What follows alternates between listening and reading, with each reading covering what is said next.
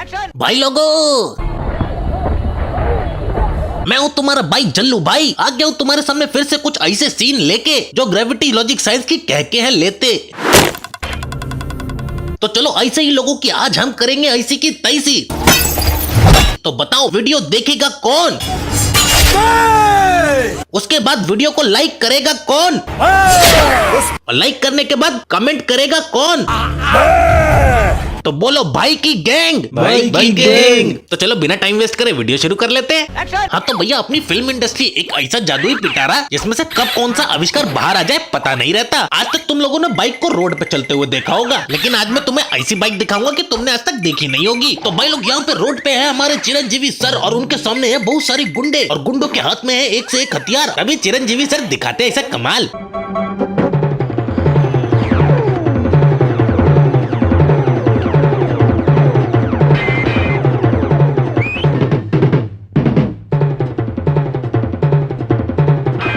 Oh my God, bike बनी magneto जिसने चुंबकीय शक्ति से सारे हथियार को खींच लिया। और रुको, अभी इस बाइक के फीचर्स खत्म नहीं हुए, ये तो केवल शुरुआत है।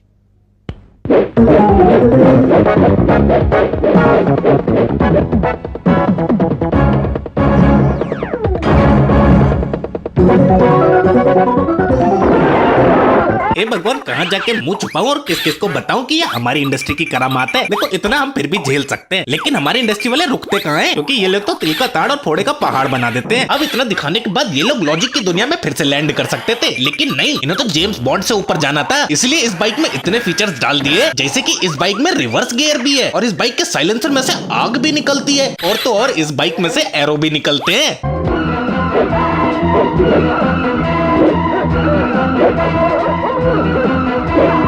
और अगर तुम लोग ये सोच रहे हो कि तुम भी ऐसी बाइक ले सकते हो तो भूल जाओ, क्योंकि ये वाली बाइक केवल एक ही है जो कि चिरंजीवी के सीटी से एक्टिवेट होती है।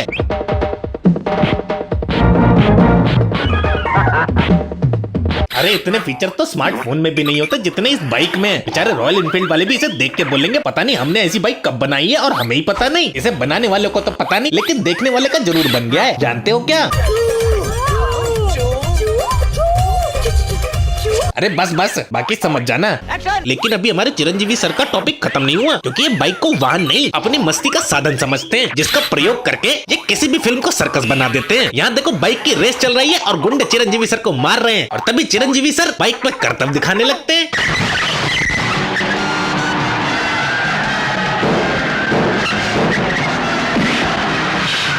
देखो, हम लोग बंदरों से इंसानों में विकसित इसीलिए हुए ताकि हमें ऐसी हरकतें न करनी पड़े, लेकिन हमारे पूर्वजों को क्या मालूम था, कलयुग का इंसान उसकी शक्तियों का गलत इस्तेमाल करना नहीं छोड़ेगा। ये दुनिया बंदर से शुरू हुई थी, बंदर पे ही खत्म होगी, उसी का ये नमूना है। वही सब भाई लोग, जरा इमेजिन करो, तुम लोग पान वाले के पास गए और तुमने उससे एक लाइटर मांगा। पान वाले ने लाइटर जला के तुम्हें चेक कराया और तुमको दे दिया। फिर जैसे ही तुमने लाइटर को जलाया,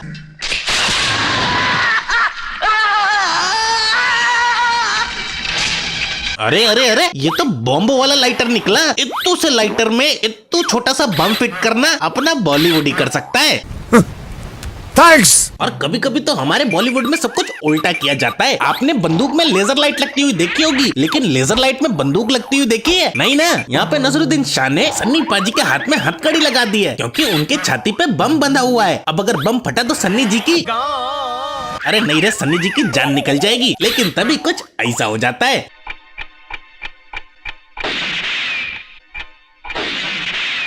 क्या चल क्या रहा है ये लेजर लाइट को बंदूक बनाने का रीजन तो आप सभी जानते होंगे, लेकिन क्या हो अगर हीरो सो रहा हो और विलन चुपके से आके उसे गोलियों से छल्ली छल्ली कर दे?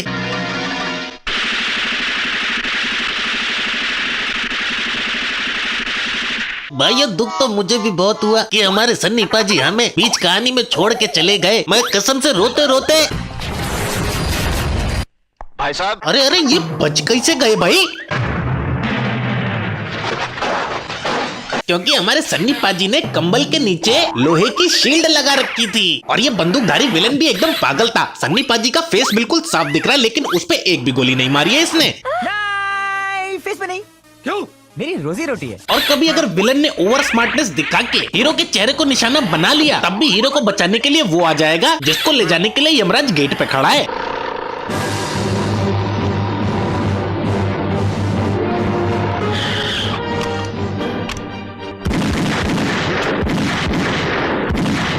अरे दादी अम्मा, तुम्हारी गाड़ी चलाने की उम्र नहीं है, तुम्हारी गाड़ी के नीचे आने की उम्र है। जो इंसान 2 बार ढंग से खांस दे उसके प्राण निकल जाए, वो दोनों हाथों से बंदूक चला रहा है।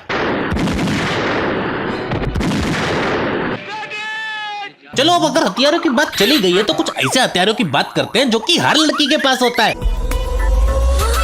अरे ये नहीं बे, मेरा मतलब है अगर किसी लड़की को कोई पुलिस वाला पकड़ ले तो पहले वो अपने नाम की धमकी दे सकती है। शायद आप मेरा नाम नहीं जानते, मेरा नाम है निशा, जिसका मतलब होता है रात, और रात को कोई कैद नहीं कर सकता। और अगर इससे भी बात नहीं बनी तो वो अपने बालों से अटैक कर सकती है।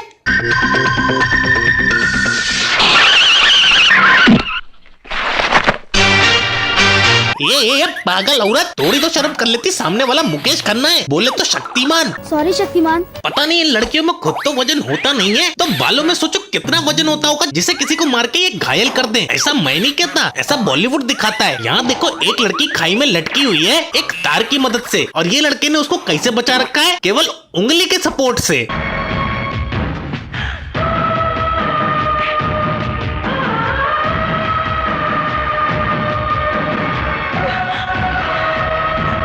ये कैसे हो रहा है? ये कौन सी फिंगर प्रैक्टिस करते हैं जो दोनों की उंगलियों में इतनी जान है कि 90 किलो की लड़की को अटका रखा है? अरे इतनी जान तो मिथुन दा की उंगलियों में नहीं है जो दीवारों में उंगली मार के छेद कर देते हैं। मैं क्या करूं, फिर जॉब छोड़ दूं? और अब आते हैं वो लोग जो लड़कियों का वुमेन बोल के मजाक उड़ाते हैं। अरे तुम लोगों को पता भी नहीं है कि लड़कियों के अंदर कितना दिमाग होता है। तो लो, भर दो मांग, सोच क्या रहे हो बाबू, भर दो ना, लो चुटकी भर सिंदूर और भर दो मांग। सही बात है, लड़की लड़के से प्यार करती है और उसे शादी करना चाहती है, इसलिए तो मांग में सिंदूर भरने को बोल रही है। इसमें गलत क्या है? मैं यही कह रही हूँ कि लो चुटकी भर सिंदूर और भर दो शीतल दीदी की मांग। अबे ये शेमड़ी 2 मिनट में पलट गई। अरे वाह रोशनी, शाबाश बेटी। ये प्रैंक करने वालों ने समाज खराब कर रखा है। प्रपोज करने का तरीका देख रहे हो? अगर लड़का हाँ बोल देता तो मेरा है, वरना तो प्रैंक है क्योंकि सामने कैमरा है। प्रैंक हो गया आपके साथ। लेकिन खबरदार कोई वुमेन नहीं बोलेगा। हाँ इस सीन को देख लो फिर बोल लेना। क्या हुआ बाबू को? कुछ नहीं दीदी, वो अजय देवगन ने विमल खा के पेट में पिचकारी मार दी। अरे साफ दिख रहा है, खून निकल रहा है, गोली लगी है। ये कैसा सवाल है? क्या हुआ बाबू को? वुमेन। पर भाई लोग, जैसा कि तुमको पता है, as per rule of Bollywood law, चाहे हीरो को गोली भी लग जाए लेकिन हीरो मर नहीं सकता। इसलिए इस बंदे को ले जाते हैं डॉक्टर के पास, जो कि होती है मनीषा कोइराला। और जब वो उसका ऑपरेशन कर रही होती है तभी कुछ ऐसा होता है।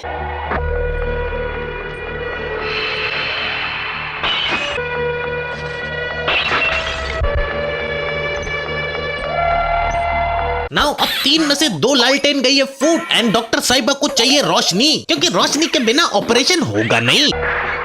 सिस्टर टॉर्च चलाओ,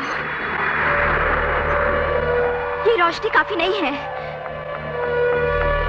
अबे दिमाग से लंगड़ी औरत, ऐसे टॉर्च कौन दिखाता है बे? ऐसा लग रहा है इसे पता नहीं है ऑपरेशन चल कर रहा है। But as we know this is the serious condition, और ये वाली दीदी समझ जाती है कि शायद इस सिस्टर के सही नहीं है नयन, इसलिए वो डिसाइड करती है रोशनी मैं करूंगी।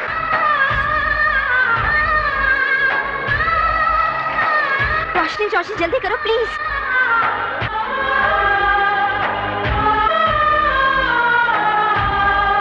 तो समझने वाले समझ गए होंगे कि ये दीदी एक एक करके लगा देती है अपने कपड़ों में अग्नि ताकि वो कर सके रोशनी। एंड ऑपरेशन होने के बाद मनीषा कोइराला भी लाइक, बाबू ठीक है? हाँ रोशनी, गोली निकल गई है, अब खतरे की कोई बात नहीं है। Operation successful. माँ कसम पहली बार देखा है ऐसा ऑपरेशन जिसे करने के लिए कपड़ों का किया गया अग्निहरण। और भाई लोग, पता नहीं बॉलीवुड में ये एक्ट्रेस लोगों का कैरेक्टर ऐसा बनाया जाता है कि देख के ही हंसी आ जाती है। अब इस सीन में देखो, इस बच्चे का लॉकेट आग में गिर जाता है और ये सारी औरतें मिलके उसे निकालने की कोशिश कर रही हैं। मेरा लॉकेट, मेरा लॉकेट, मैं इसे निकालती हूँ। अरे पागल हो गई क्या? जल गई ना? अब जैसा कि लॉकेट गिर गया है आग में, और हम सबको मालूम है कि कोई आग में हाथ डाल के तो लॉकेट निकाल नहीं सकता। भाई लोगों, ऐसा तुमको लगता है, बॉलीवुड को नहीं।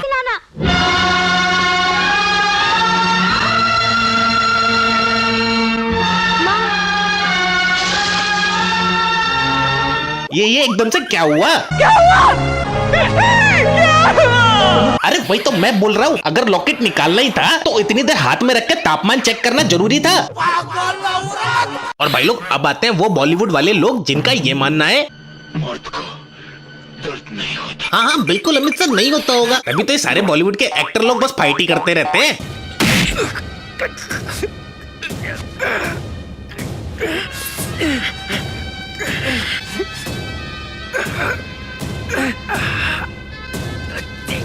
किस एंगल से लग रहा है कि ये दोनों फाइट कर रहे हैं? ऐसा लग रहा है दो पुरुष नाजायज संबंध बना रहे हैं।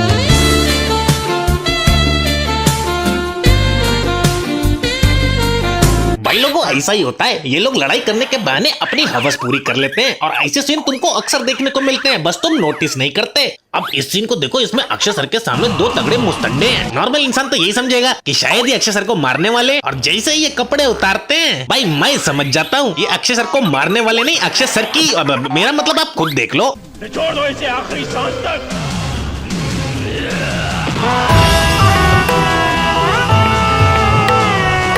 ये भगवान, ये तो थ्रीसम हो गया। अक्षय सर सही में मैं आपको मान गया, कसम से सल्यूट टू योर एक्शन, क्योंकि आसान नहीं है झेलना इतने बड़े बड़े नाइजीरियन। तुम लोगों ने कहावत तो सुनी होगी, मारूंगा कम घसीटूंगा ज्यादा। उसी तरह हमारे अक्षय सर भी हैं, मारते कम है चिल्लाते ज्यादा हैं।